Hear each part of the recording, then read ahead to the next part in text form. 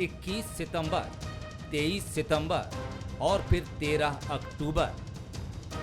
ये वो 3 दिन हैं जब प्रदेश के गृह मंत्री नरोत्तम मिश्रा और कांग्रेस के कद्दावर नेता अजय सिंह के बीच मुलाकात हुई। न सिर्फ मुलाकात हुई बल्कि दोनों के बीच बंद कमरे में गुफ्तगू भी हुई। हालांकि दोनों नेताओं ने अपनी इन मुलाकातों को सामान्य शिष्टाचार बताया। अजय सिंह ने तो ये घोषणा भी कर दी कि वो कांग्रेसी हैं और कांग्रेसी ही रहेंगे। इस बयान के पीछे अजय सिंह की मजबूरी समझी जा सकती है, लेकिन ये तथ्य भी किसी से छिपा नहीं है कि अजय सिंह 2018 से पार्टी में दरकिनार चल रहे हैं और उनकी नाराजगी समय समय पर सामने भी आती रही है। लेकिन कांग्रेस में अजय सिंह अकेले ऐसे नेता नहीं हैं। खंडवा उपचुनाव लड़ने से इनकार कर चुके अरुण यादव भी शेरो शायरी और बयानों में अपनी नाराजगी जता चुके हैं। लेकिन जो मैं महसूस करता हूं कि इस पार्टी में संवादहीनता की जगह बढ़ती जा रही है और इसी वजह से हम लोग आपस में संवाद नहीं कर पाते। जितना अधिक संवाद होगा उतनी चीज़ों में क्लियरिटी आएगी, चाहे वो ब्लॉक स्तर हो, चाहे ज़िला स्तर हो, चाहे प्रदेश हो, चाहे नेशनल स्तर की बात हो। अधिक से अधिक संवाद आपस में होना चाहिए, कार्यकर्ताओं में होना चाहिए, नेता में होना चाहिए। अजय सिंह हो या अरुण यादव, आखिर कांग्रेस में इस नाराजगी को सुनने वाला कौन है? क्या कांग्रेस में शिकायतें सुनने और उसको हल करने का पूरा सिस्टम ही चरमरा गया है? हाईकमान और नेता के बीच का पुल पूरी तरह टूट गया है? नहीं तो क्या वजह है कि एमपी में सरकार गिरने के बाद भी कांग्रेस संवाद स्थापित करने की कोशिशों में नजर नहीं आती? क्या हाईकमान के मन में ये है कि जो हो रहा है हो जाने दो, फिर देखेंगे? इन सारे सवालों का जवाब पार्टी में किसी के पास नजर नहीं आता। बहुत लंबे समय तक अजय सिंह जी प्रतिपक्ष के नेता रहे, बहुत लंबे समय तक विधायक रहे। क्या नरोत्तम मिश्रा जी कमलनाथ जी से मिलने नहीं आते थे? क्या बीजेपी के दूसरे नेता कमलनाथ जी से नहीं मिलते थे? सब मिलते थे, सबके काम पर होते हैं तो बराबर मुलाकात करते हैं। इधर कांग्रेस के नाराज नेताओं की फौज बीजेपी के लिए हमेशा ऊर्जा का काम करती है और बीजेपी इसका बखूबी फायदा उठाती रही है। अब कांग्रेस में कुछ बचा नहीं है। देश के अंदर खत्म हो रहे हैं, प्रदेश के अंदर खत्म हो रहे हैं। देश के अंदर क्वेश्चन खड़े हो रहे हैं कि कांग्रेस में कोई इलेक्टेड लीडरशिप ही नहीं है। कौन निर्णय कर रहा है ये देश देख रहा है, उन्हीं के लोग क्वेश्चन खड़ा कर रहे हैं। तो कांग्रेस वास्तव में आज अपने अस्तित्व की लड़ाई लड़ रही है अंदर ही, इनर उसमें आज उनके हालात खराब हैं। सियासत मुलाकातों का खेल है। मुलाकातें ही राजनीति को नए मोड़ देती हैं। क्या मध्य प्रदेश में फिर कुछ नया मोड़ आने वाला है? और सबसे बड़ा सवाल ये कि क्या कांग्रेस फिर मात्र एक दर्शक की तरह सब कुछ देखती रह जाएगी? नमस्कार, मैं हूं शरद द्विवेदी और हमारा आज का मुद्दा है कांग्रेस आखिर फर्क क्यों नहीं पड़ता। एक बड़ा चर्चित गीत है लता जी की, जहां तक मेरी स्मृति मेरा साथ दे रही है। बड़ी सुमधुर स्वर लहरी है और ऐसा लगता है कि घाटियों में कोई सुंदर सा गीत गूंज रहा है। ये मुलाकात एक बहाना है, और इसमें मैं रद्दोबदल करूंगा, सियासत का ये सिलसिला पुराना है। मुलाकातें सियासत का अहम हिस्सा हैं और मुलाकातें अपना एजेंडा रखती भी हैं और कई बार नहीं भी रखती हैं। कई बार ये मुलाकातें महज एक दूसरे का हालचाल पूछना, एक दूसरे की सेहत और एक दूसरे के बारे में वेलबींग जानने के लिए होती हैं। और कई बार ये मुलाकातें कहती हैं कि सावधान हो जाओ, अब न सुधरे तो हम कोई ऐसा कदम उठा लेंगे जो कदम तुम्हें रास नहीं आएगा। मैं माफ़ कीजिएगा, पारसी थिएटर की नौटंकी शैली में चला गया था। लेकिन मुलाकातें जब सियासत में होती हैं, जब कमलनाथ मिलते हैं एनसीपी लीडर शरद पवार से, या फिर कांग्रेस का कोई लीडर शिवसेना के लीडर से मिलता है, या बीजेपी का लीडर कांग्रेस के लीडर से मिलता है, या कांग्रेस का लीडर बीजेपी के लीडर से मिलता है, तो सवाल उठते हैं। लेकिन कांग्रेस को तो कोई फर्क ही नहीं पड़ता। जान दो भैया, उससे का हो जाओ, ये वो चले गए तो कब फर्क पड़ना, ये हमारा इंटरप्रिटेशन है, कांग्रेस की तरफ से कोई बात नहीं है। लेकिन सवाल ये है कि अजय सिंह जी मिल रहे हैं, एक बार हालचाल पूछ लिया नरोत्तम जी का, नरोत्तम जी ने उनका पूछ लिया, दूसरी बार फिर मिल लिए, फिर हालचाल पूछ लिया, तीसरी बार मिलने में तो सर आप ये नहीं कह सकते कि नरोत्तम जी के यहाँ फला सब्ज़ी बहुत अच्छी बनती है जो अजय सिंह जी को बहुत पसंद है और इसलिए वो नरोत्तम जी के यहाँ अब बीते हर महीने में उनका एक ट्रिप होना तो तय है, तो साल में 12 विजिट होंगे, ये नहीं कहा जा सकता। लेकिन इस पर कोई प्रतिक्रिया कांग्रेस के बड़े नेता की और ना ये पूछा जाता है कि साहब क्या हाल चाल है। और चलिए ये तो मिल रहे हैं, अरुण यादव तो कहीं नहीं जा रहे हैं, लेकिन अरुण यादव से भी किसी ने क्या बुलाकर पूछा कि क्या हाल चाल है भाई आपके दिल का, अब तकलीफ तो नहीं है, संवाद का दायरा हम बढ़ा रहे हैं मेरे दोस्त? नहीं है सर। क्यों फ़र्क नहीं पड़ता ये हम सोच रहे हैं। हो सकता है कांग्रेस को फ़र्क पड़ता हो, अंदर तैयारी चल रही हो, लेकिन ये मैसेज उस व्यक्ति को बहुत चुभता है जो एक मनोदशा में प्रवेश कर जाता है कि उसकी उपेक्षा घर में, पार्टी में या संगठन में हो रही है, फिर वो उसी मेंटल स्टेट में चला जाता है। और अगर उस पर पिताजी बुलाकर नहीं पूछते हैं कि बड़े भैया क्या होगा बेटा, ऐसा थोड़ी है यार, छोटे वालों पढ़ने का हो तो अपन तो पूरा ध्यान रख रहे हैं ना, क्या परेशान हो रहे हैं। लेकिन आप नहीं पूछेंगे तो बड़े भैया कोई कदम भी उठा सकते हैं या नाराज़गी में चुप बैठ सकते हैं। आज इसी पर बात करेंगे एक बार फिर। जो मेहमान हमारे साथ हैं उनसे मिल लीजिए। चैतन्य भट्ट जी हैं, वरिष्ठ पत्रकार, राजनीतिक विश्लेषक, शानदार कुर्ते, नीले कुर्ते के साथ नमूदार हो रहे हैं, ज़बरदस्त फवरा है उन पर। बहुत शुक्रिया, बहुत धन्यवाद सर, आप जुड़ रहे हैं हमारे साथ। हमारे साथ सनवर पटेल साहब हैं, थोड़ी गंभीर मुद्रा है, मुस्कुराएंगे तो जरा आनंद आएगा। नमस्कार, नमस्कार पटेल साहब। ये 3 इंच की मुस्कान खिली है आपकी, और यही मुस्कान होनी चाहिए। होमवर्क अब बंद कर दीजिए सर, परीक्षा शुरू हो गई है जी। और मेरे साथ स्टूडियो में हैं कांग्रेस के युवा नेता और प्रवक्ता अब्बास हफीज़ साहब। तो सनवर पटेल साहब बीजेपी के प्रवक्ता हैं, अगर मैं गफलत में कांग्रेस बोल गया हूँ तो मुझे माफ़ कीजिएगा, और नहीं बोला हूँ तो फिर ये समझिए कि बढ़ती उम्र का असर आने लगा है। चैतन्य भट्ट साहब, पहली टिप्पणी आपकी कि किस तरह देखते हैं आप ये मुलाकात एक बहाना है और सियासत का सिलसिला पुराना है? जी भट्ट साहब। शरद जी, देखिए, नेता एक दूसरे से मिलते हैं, हमेशा से मिलते आए हैं, इसमें कोई ऐसी गंभीर बात नहीं है। लेकिन जब किसी पार्टी का असंतुष्ट या उपेक्षित नेता किसी दूसरी पार्टी के नेता से मिलता है तो निश्चित तौर पे चर्चाओं का बाजार गर्म होता है। अजय सिंह राहुल इस समय हाशिए पे हैं, 2 चुनाव वो हार चुके हैं, कांग्रेस में उनको ज़्यादा तवज्जो मिल नहीं रही है, इसलिए तीसरी बार वो नरोत्तम मिश्रा जी से मिलने आए हैं। ये बात अलग है कि वो हर बार ये कह रहे हैं कि मैं कांग्रेसी हूँ, कांग्रेस में रहूँगा, लेकिन बार बार नरोत्तम मिश्रा के पास जाके क्या गुफ्तगू होती है ये तो खैर अब बंद कमरे में होती है, उसके बारे में तो वो दोनों ही लोग जान सकते हैं। लेकिन उनका एक बयान ये भी बड़ा मौजू है कि अगर मुझे बीजेपी में जाना होगा तो मैं नरोत्तम मिश्रा से नहीं, सीधे नरेंद्र मोदी जी से बात करूँगा। कांग्रेस में दिक्कत क्या हो रही है, जैसा आपने भी बताया कि उनको कोई फ़र्क नहीं पड़ रहा किसी चीज़ से। और वो क्यों नहीं पड़ रहा? क्योंकि यहाँ से लेके ऊपर तक अनिर्णय की स्थिति है। अभी जरूर CWC की बैठक होने वाली है जो लंबे समय से लंबित थी, लेकिन निर्णय की जो प्रक्रिया है वो कांग्रेस की एक बहुत बड़ी कमजोरी है।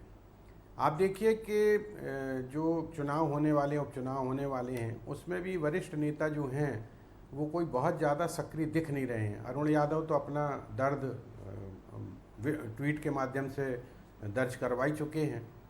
ये बात अलग है कि उन्होंने कह दिया कि मैं अपने पारिवारिक कारणों से चुनाव नहीं लड़ा रहा, लेकिन उनको कहीं ना कहीं एक उपेक्षा और अपमान महसूस हुआ होगा कि मैं इतने लंबे समय से कोशिश कर रहा हूं कि मुझे खंडवा से टिकट दी जाए और हर बार ये कह दिया जाता है कि नहीं सर्वे में जिसका नाम आएगा उसको टिकट दी जाएगी। तो कांग्रेस में ऊहापोह की स्थिति तो है, इसमें तो कोई संदेह नहीं है, और इसका फ़ायदा निश्चित तौर पर बीजेपी उठाना चाहती है। बीजेपी ने उठाया भी है, और देख रहे हैं कि आप 15-17 साल बाद सरकार आई थी, लेकिन जो असंतुष्ट थे नेता, जिनके बारे में कोई निर्णय हाईकमान नहीं ले पा रहा था, उनका फ़ायदा उठा के बीजेपी फिर से सत्ता में काबिज हो गई।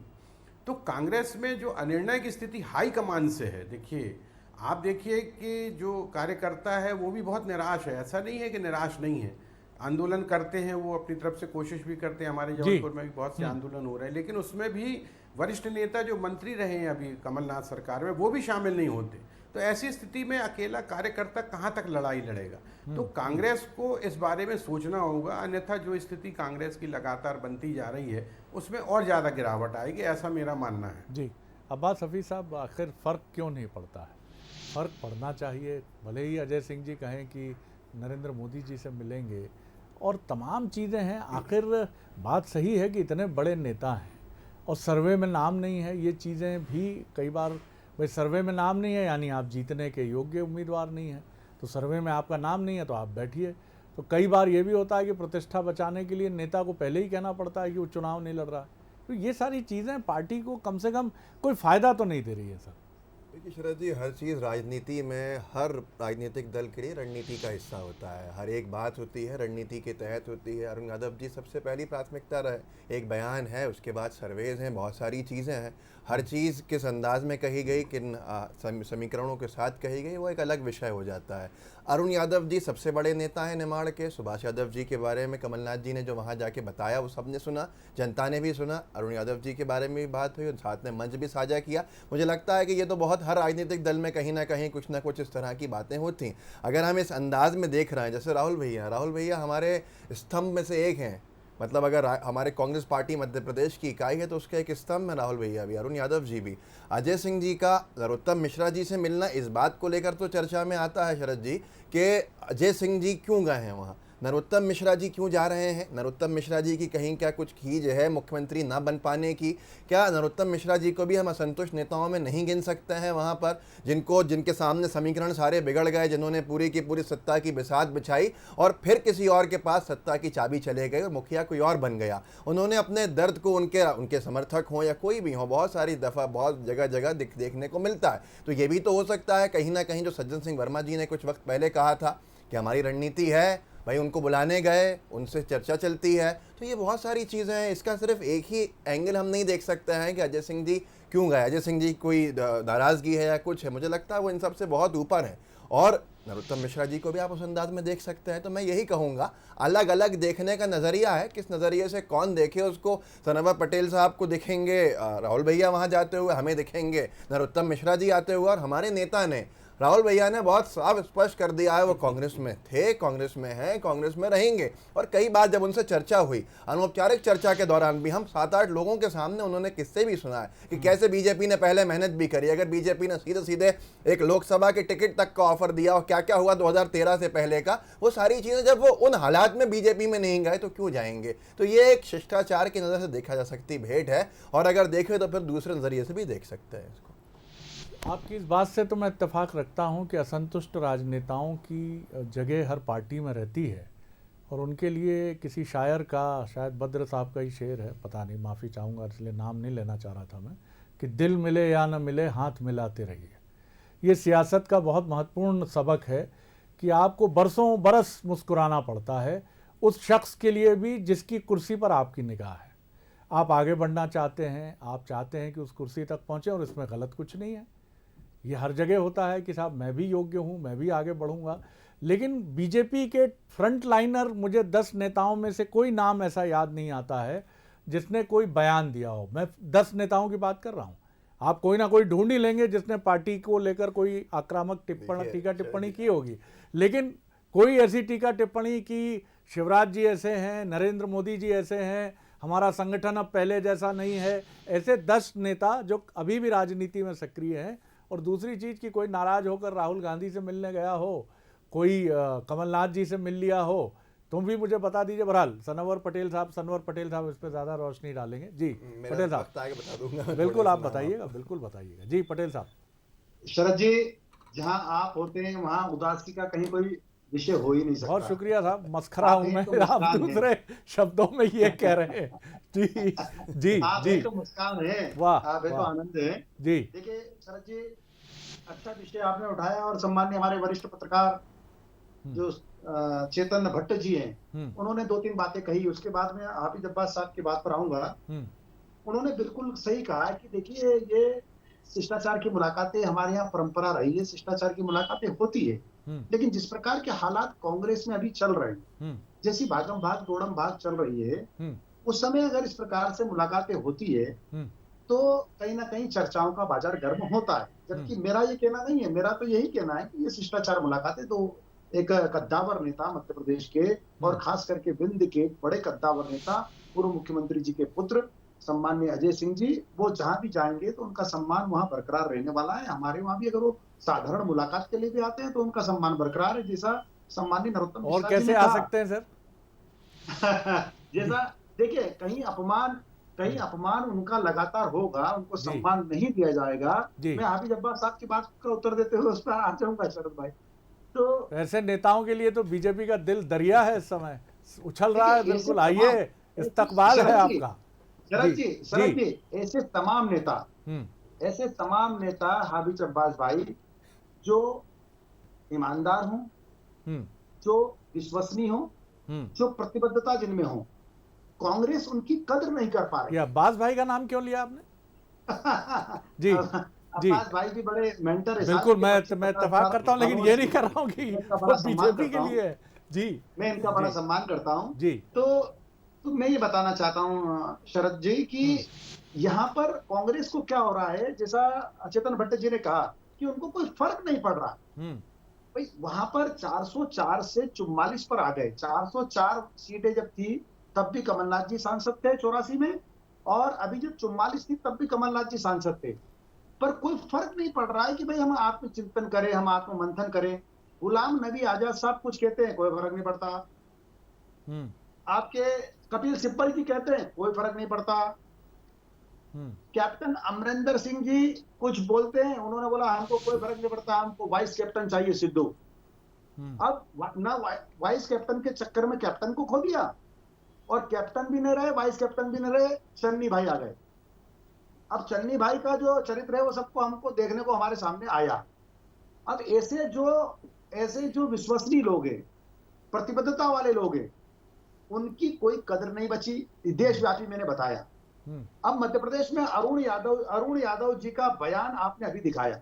उन्होंने कहा कि साहब संवेदनहीनता देश से लगाकर ब्लॉक स्तर तक है, कम्युनिकेशन, तो देश से लगाकर ब्लॉक स्तर तक की संवेदनहीनता को कौन दुरुस्त करेगा? जो घमंड में चूर चूर होकर बैठे हैं वो लोग करेंगे? नहीं करेंगे। अजय सिंह जी को अगर कोई नहीं पूछेगा, इतने कद्दावर नेता को अगर कोई नहीं पूछेगा, तो भारतीय जनता पार्टी में, मैं शरद जी आपकी सवाल का जवाब दे रहा हूं, भारतीय जनता पार्टी में हमने कभी ये नहीं कहा कि कांग्रेस में सारे लोग खराब हैं। हमने तो कभी ये नहीं कहा कि कम्युनिस्ट पार्टी में सारे लोग खराब हैं। वामपंथी भी सब खराब नहीं है, वहां भी जो लोग अच्छे हैं। विपक्ष को रहने दीजिए पटेल साहब, इस देश में अगर सब आपके पास आ गए। जी शरद भाई जी, अभी जो अच्छे लोग हैं, जो भारत के लिए काम करना चाहते हैं, वो सब बीजेपी में होने चाहिए। जी, काम करना चाहते हैं जी, उनका भारतीय जनता पार्टी में स्वागत है, अभिनंदन। देखिए कितनी बड़ी बात कह गए पापा। अब्बास हफीज साहब, आप कुछ कहना चाह रहे थे? पटेल साहब ने तो अपना एजेंडा, बीजेपी का एजेंडा साफ कर दिया।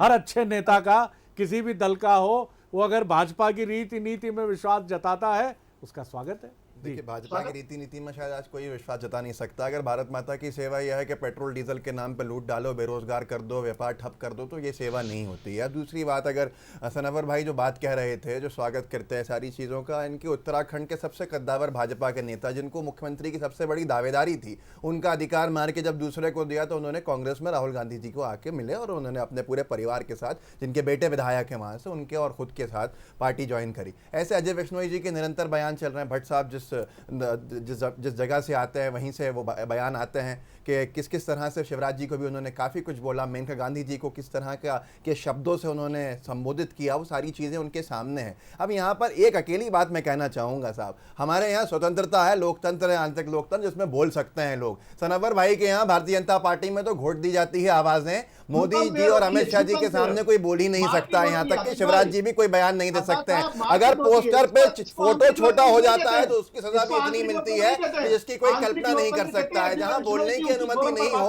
वहां क्या आवाजें आएंगी? जहां संघ का डंडा पीछे से चल रहा हो वहां क्या आवाजें आएंगी? वहां आप क्या विरोध सुनेंगे? फिर भी कुसुम मेघले जी का दर्द सुनिए यहाँ पर। और कमलनाथ जी जब मुख्यमंत्री थे, न जाने कितने इनके नेता आए वहां पर, मैयर को जिला बनाने के नाम के ऊपर आए, लेकिन बहुत सी चीजें आई, शरद कौल जी आए, मैं मानता हूँ फ्रंट लाइनर्स में नहीं गिना जाएगा इनको, लेकिन बहुत सारी ऐसी मामले हैं। भारतीय जनता पार्टी में अनुशासन है, भारतीय जनता पार्टी में आंतरिक लोकतंत्र। चलिए, मैं फिर चलूँगा हमारे विश्लेषण चैतन्य भट्ट साहब की तरफ, विश्लेषक चैतन्य भट्ट साहब की तरफ। भट्ट साहब, एक दौर ऐसा था कि जब बीजेपी ने कांग्रेस की कई नीतिगत मसलों की भी बात करें या उसमें कोई बुराई भी नहीं है, आपको अपने मजबूत प्रतिद्वंदी से हमेशा कुछ ना कुछ अच्छी चीज़ें मिलें तो लेने में हर्ज नहीं है। आपको याद होगा कि 90 से 2000 के बीच में एक दौर ऐसा भी था जब मीडिया के विश्लेषक बीजेपी को सैफरॉन कांग्रेस कहने से नहीं हिचकते थे कि भगवा कांग्रेस जैसी एक बात बीजेपी में नज़र आ रही है। क्या आपको लगता है कि ये कांग्रेस ने भी बीजेपी से ये शैली ली है कि नेता कितना भी बड़ा क्यों ना हो, अगर वो असंतुष्ट है या वो मान मनोवल करने के लिए कुछ दबाव बनाने की कोशिश कर रहा है, ये सोचा जा सकता है कि नहीं हम नहीं कह सकते, या फिर उसको लगता है कि बड़े नेताओं की जो तथाकथित रूप से मनमानी है इस पर अगर थोड़ी नकेल कसनी है तो हमें इनको इग्नोर करना होगा, अगर ये जाना चाहें ये जाएं, जैसा बीजेपी ने किया। चाहे आप जनसंघ के ज़माने से चलें, बलराज मधोक जैसे धाकड़ नेता को किनारे कर दिया था बीजेपी ने कि जाइए, जिनकी तूती बोलती थी, फिर आप आइए तो नेताओं की एक पूरी श्रृंखला मिलेगी आपको, खुद कल्याण सिंह उसमें शामिल है, ये तमाम चीज़ें शामिल हैं। मध्य प्रदेश में भी उमा जी के लिए आरंभ में कहा गया, हालांकि उनका बहुत ही क्लोज कॉन्टैक्ट बीजेपी से हमेशा रहा है। तो क्या आपको लगता है कि किसी रणनीति का भी कांग्रेस का हिस्सा हो सकता है? जी भट्ट साहब। नहीं शरद जी, देखिए ये कोई रणनीति नहीं है। आज की तारीख में देखिए भारतीय जनता पार्टी से अगर कोई चला जाता है तो भारतीय जनता पार्टी को कोई फर्क नहीं पड़ेगा, क्योंकि वो इतनी सुदृढ़ और इतनी मजबूत हो चुकी है। लेकिन अगर कांग्रेस से कोई जाता है तो निश्चित तौर पे कांग्रेस कमज़ोर होती है। आप देख भी रहे हैं कि धीरे धीरे लोग बीजेपी की तरफ जा रहे हैं और बीजेपी उनको गले लगा रही है, उनको तत्काल टिकट दे देती है। जो उनके बेचारे कार्यकर्ता हैं, दरी फट्टा उठाने वाले, बरसों से जय जयकार करने वाले, उनके अधिकारों का हनन करके जो कांग्रेस से लोग आते हैं उनको बाकायदा उतना सम्मान दिया जाता है, उनको फूल मालाएं चढ़ाई जाती हैं। तो ये स्थिति है। कांग्रेस की स्थिति अब वैसी नहीं है कि अगर आप किसी को बोल दो कि ठीक है आपको जाना है तो चले जाइए। आप देखिए कि अगर घर में से किसी एक सदस्य का भी पलायन होता है तो वो परिवार कमज़ोर होता है और पड़ोसी उसका फ़ायदा उठाता है। तो बीजेपी को तो ये बीजेपी की तो स्ट्रेटजी है कि हम धीरे धीरे कांग्रेस को कमज़ोर करें, और कांग्रेस को कमज़ोर करने का एकमात्र तरीका ये है कि उसके कद्दावर नेताओं को हम अपने पार्टी में शामिल कर लें और उनको बाकायदा पुरस्कार दे के उपकृत भी कर दें। लेकिन कांग्रेस को ये समझना होगा कि हमारी स्थिति अब उतनी अच्छी नहीं है, हम कमज़ोर स्थिति में हैं, इसलिए हमें अपने घर को, अपने एक एक आदमी को संभाल के रखना पड़ेगा। और उसके लिए ये है कि जो अभी आपने अरुण यादव की बाइट सुनाई, उनका स्पष्ट कहना है कि संवादहीनता की स्थिति है। जितना ज़्यादा संवाद होगा उतनी ज़्यादा जानकारी कार्यकर्ताओं की और नेताओं के बीच में एक प्रगाढ़ता बनती है। लेकिन संवादहीनता की स्थिति में ही होता है कि भाई जब आप हमारी कोई सुन ही नहीं रहे तो हम फिर दूसरा कोई ठिया देखेंगे, और दूसरा ठिया सामने एक ही है जो सत्ता में काबिज है। तो इसके पीछे कांग्रेस की जो मनस्थिति है, मुझे लगता है कि कांग्रेस को बहुत ज़्यादा आत्ममंथन की ज़रूरत है। ठीक है, अब्बास हफीज़ सरी के युवा नेता हैं कांग्रेस में, वो इसको डिफेंड भी करेंगे, लेकिन मुझे लगता है कि एक विश्लेषक के नाते मुझे लगता है कि कांग्रेस कोई आज की पार्टी तो है नहीं, बरसों पुरानी पार्टी है और जिसका पूरे भारत में प्रभाव है, तो उसको अपना आत्ममंथन की आवश्यकता जरूर है इस समय। बिल्कुल, आपने ठीक है। सनवर पटेल साहब 30 सेकंड है आपके पास। जी शरद जी, देखिए जो चेतन भट्ट जी ने कहा है, मैं उनकी बात से पूरी तरह इत्तेफाक रखता हूं। कांग्रेस में अभी चिंतन और मंथन का वक्त है, उनको चिंतन करना चाहिए, पर सवाल ये उठता है कि चिंतन करे कौन, मंथन करे कौन। भाई जो हाफिज साहब के लिए उन्होंने कही, मैं उसमें भी सहमति अपनी जताता हूँ, लेकिन इससे तमाम युवाओं का जीवन राजनीतिक रूप से वो कांग्रेस इसलिए खराब करने का काम कर रही है कि कमलनाथ जी इंतजार कर रहे हैं कि कमलनाथ जी का बेटा कब नेतृत्व करे, और दिग्विजय सिंह जी इंतजार कर रहे हैं कि उनका बेटा कब प्रदेश अध्यक्ष के स्तर पे हो। तो उस बीच के कितने 30 सेकंड हो गए सर। जो 18 साल से मुख्यमंत्री नहीं बदल पाए, निर्णय नहीं ले पाए मुख्यमंत्री को बदलने का मध्य प्रदेश के अंदर, जिनको डर सताता रहा जनाधार का और सारी चीजों का, वो इस बात पे कोई टिप्पणी नहीं कर सकते। अब यहाँ सबसे बड़ी बात है संवादहीनता सबसे ज्यादा कहाँ है? भारतीय जनता पार्टी में हमसे बहुत आगे है। प्रभात झा जी जैसे नेता, उनको कहाँ सुना गया? मतलब गुमनाम हो चुके हैं सिंधिया जी के आने की वजह के बाद। जैसे चंबल क्षेत्र के नेता प्रभात झा जी, जिनकी तूती बोलती थी, मध्य प्रदेश के भाजपा के अध्यक्ष थे, आज वो कहाँ हैं? उनकी किसने सुनी? उनका दर्द किसने सुना? जिनको उन्होंने भूमाफिया कहा सबसे बड़ा, उनको पार्टी में लेकर मंत्री बना के इतने सारे उनको नवाज दिया सारी चीजों से। संवादहीनता, ये सारी चीजें भारतीय जनता पार्टी में बहुत आगे की है, और भाजपा के मूल कार्यकर्ता उनके विरोध में। आखिरी बात कहूंगा, ये महंगाई,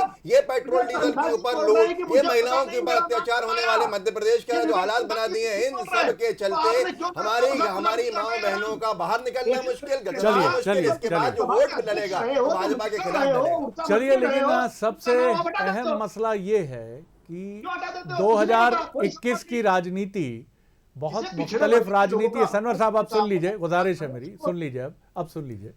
2021 की राजनीति एक मुख्तलिफ सियासत है। ये सियासत 90 के और 80 के उस दौर से एकदम भिन्न है जब कांग्रेस बीजेपी जैसी पोजीशन में होती थी और उसकी मुखालिफत पहले जनसंघ और बाद में 80 के बाद बीजेपी नहीं करती थी, बल्कि समाजवादी पार्टी, कम्युनिस्ट पार्टी और दक्षिण में करुणानिधि, जयललिता और केरल से कम्युनिस्ट ब्रिगेड, ये सब मिलकर कांग्रेस के लिए एक बड़ी मुश्किल करते थे और कहीं ना कहीं ये बीजेपी के लिए भी मददगार होते थे। लेकिन आप 2021 की सियासत पर नज़र डालेंगे तो अब ना जयललिता हैं, ना करुणानिधि हैं, मुलायम सिंह हैं ज़रूर, लेकिन मुलायम सिंह के ना वो तेवर हैं और उनके अभिन्न सखा और उनके सलाहकार अमर सिंह तो अब सियासत ही नहीं छोड़ गए, दुनिया से भी रुखसत हो गए हैं। तो ये दौर जो है ये विपक्ष के बिखराव का दौर है। ऐसे में ये कांग्रेस की और बड़ी जिम्मेदारी है कि वो विपक्ष की भूमिका को बहुत ताकत से निभाए और इस निभाने के लिए उसे न सिर्फ कुछ समझौते करने पड़ेंगे बल्कि सबसे पहले अपने कुनबे को एकजुट रखना पड़ेगा। ये समय ये नहीं है कि आप अपने ऑल टाइम बेस्ट से गुजर रहे हैं कि हमारे पास तो 6 बॉलर ऑलरेडी पवेलियन में बैठे हैं साहब, हमारे पास तो 4 सचिन तेंदुलकर के कैलिबर के बल्लेबाज हैं, आएंगे वो, जाने दीजिए जिनको जाना हो, एक पूरी युवा टीम हम तैयार कर रहे हैं। ऐसा लगता तो नहीं है। बहरहाल जो कांग्रेस सोच रही होगी अच्छा ही सोच रही होगी। बहुत शुक्रिया अब्बास हफीज साहब, सनवर पटेल साहब बहुत शुक्रिया, चैतन्य भट्ट साहब, नमस्कार।